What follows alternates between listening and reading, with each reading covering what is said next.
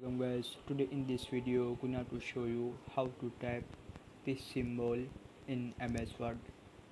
So guys, if you want to type this symbol in MS Word, so first click on insert. After click on symbol, click on more symbol. Type character code 00 TD.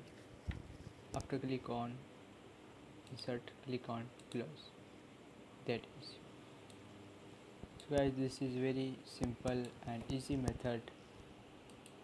First click on insert.